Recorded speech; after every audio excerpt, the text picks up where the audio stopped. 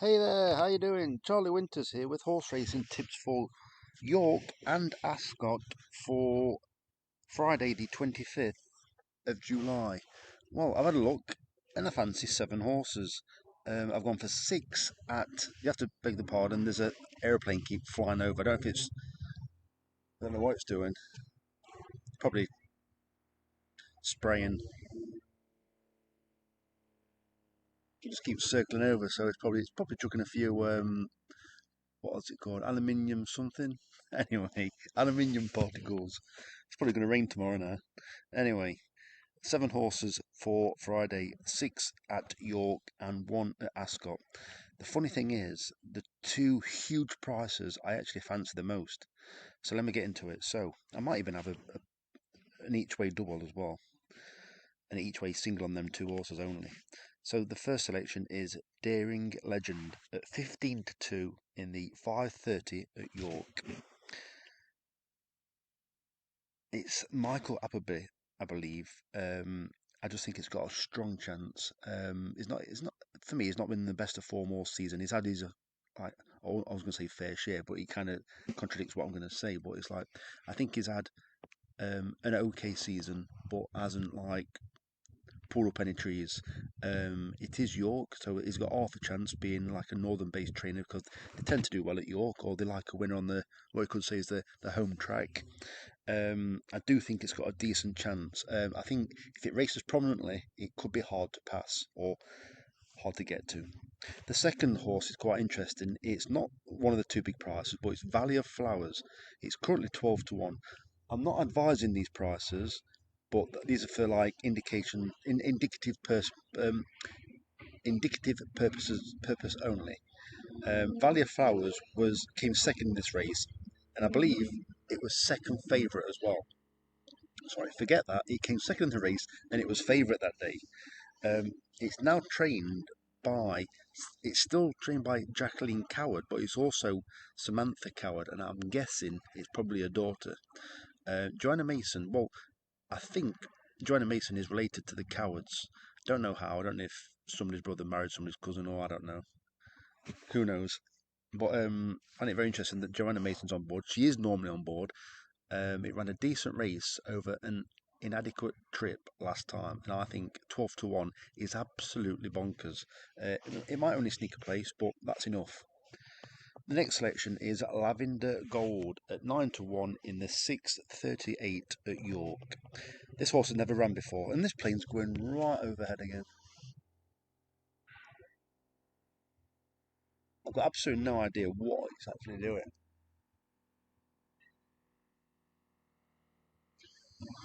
Anyway, so this horse is trained by David Minussier and it's ridden by Ashim Murphy. So this stable had a 2-year-old that came third, and it came third behind the second favourite in this race. I can't remember without looking. It's the something like Amamkar or something what it's called. You'll see it when you look at the race. It's the second favourite. Well, their horse, the Minussier's horse in that race, ran a good race and had never ran before, and it came third. And I think the other one came, yeah, sorry, the other one won the car, whatever it's called.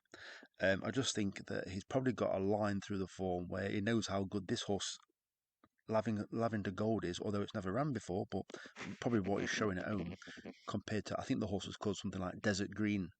And I think that it's an interesting horse, but the Minucios, I think they do quite well at York. I'm not saying they've got a cracking strike rate, but they do have winners.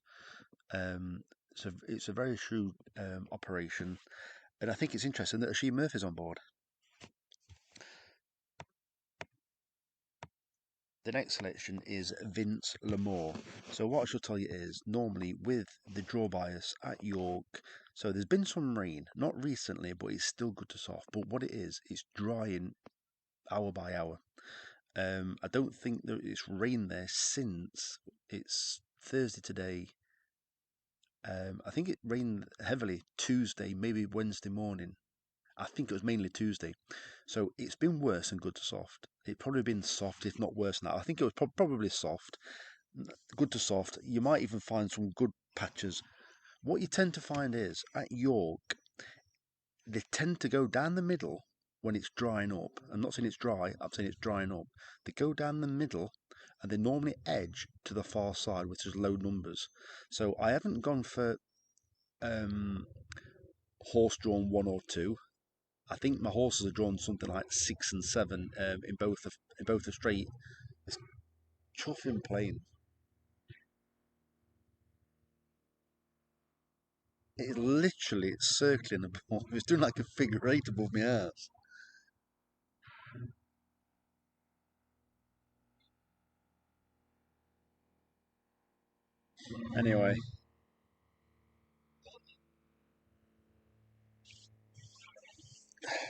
Anyway, let's get into it. Breathing aluminium particles in, or is it silver nitrate? I don't know. Lavender, well, I'm on now. Vince Lamore, 33 to 1 in the 7:13 at York. As I said, for me, it's normally low numbers. I'm normally proved right at this meeting because on Saturday there's normally the jump jockeys flat race of five or 5.5 furlongs, and there's normally a lot of fancied horses drawn high for some unknown reason. And I do like the Paul Midgley stable, but you normally find that he's got a fancied horse that's drawn high that doesn't actually do anything. So, as you're well aware, regular subscribers will know that I do normally go for the draw bias at York. We never normally. Oh, hey, oh, my face is showing. I pressed the wrong button. Oh, you don't want to see that. Yeah, so Vince Lamore should not be 33 to 1. It's drawn low. I think it's first five. So straight away, if it is low numbers, you've got half a chance. I think it's drawn 7. Yeah, so that's enough about that one. The next selection is Treasure. So this horse, before the plane comes back, Treasure at 7 to 1 in the 7:48 at York. It was carrying 10 stone 4 when it ran a promising race behind Supermodel, I think it was, that also runs in this race on Friday. Um, it's on more favourable terms. It's back up in trip as Treasure, and I think it should run a decent race. And I think they're paying first four. First four, 7 to 1 is crazy. However, I do believe that these are the King's second colours, but that makes no difference whatsoever. Right, the nap of the day. I can't believe this, right?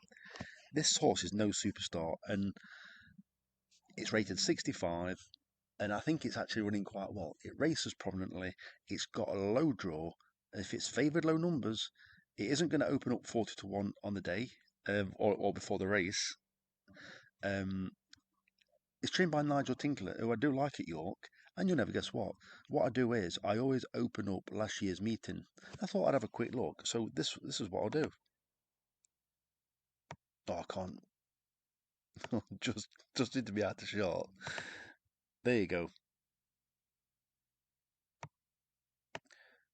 Where's it gone?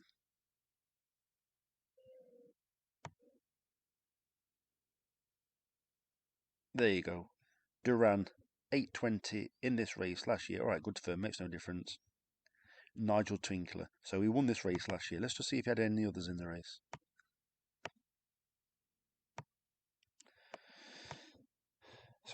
So soon face challenge clear with one other rival. So those two actually pulled 3.5 lengths clear.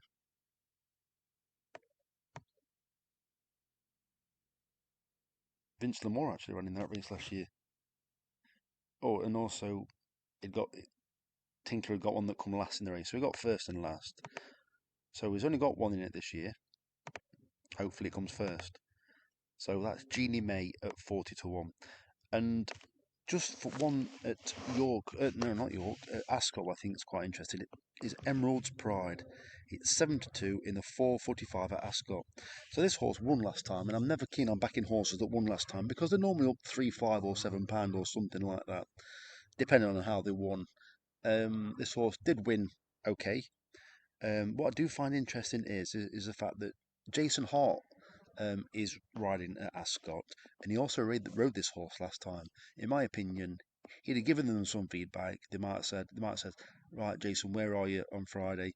I'm at Ascot. Do you fancy riding Emerald's Pride? Yeah, I do. It's his horse that's running into form, and he may think it's good enough to win this. He might even advise them to putting it in this race. Who knows? Or he might have had no input whatsoever. But what I'm saying is very interesting that Jason Hart, who doesn't normally ride it, is riding it for the second time after winning on it last time. So interesting selections. I'm just going to have a 5 pence each way Goliath. I'm going to bring ours down. I'm also going to have 50p each way singles, Genie May and Vince Lamore, and £1 each way double.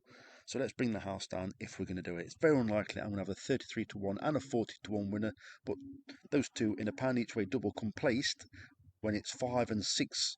When they're paying out on first 5 and first 6, I think is tempting. Well, it's not tempting, I'm actually having it. So those are all the selections. I wish you the very best of luck.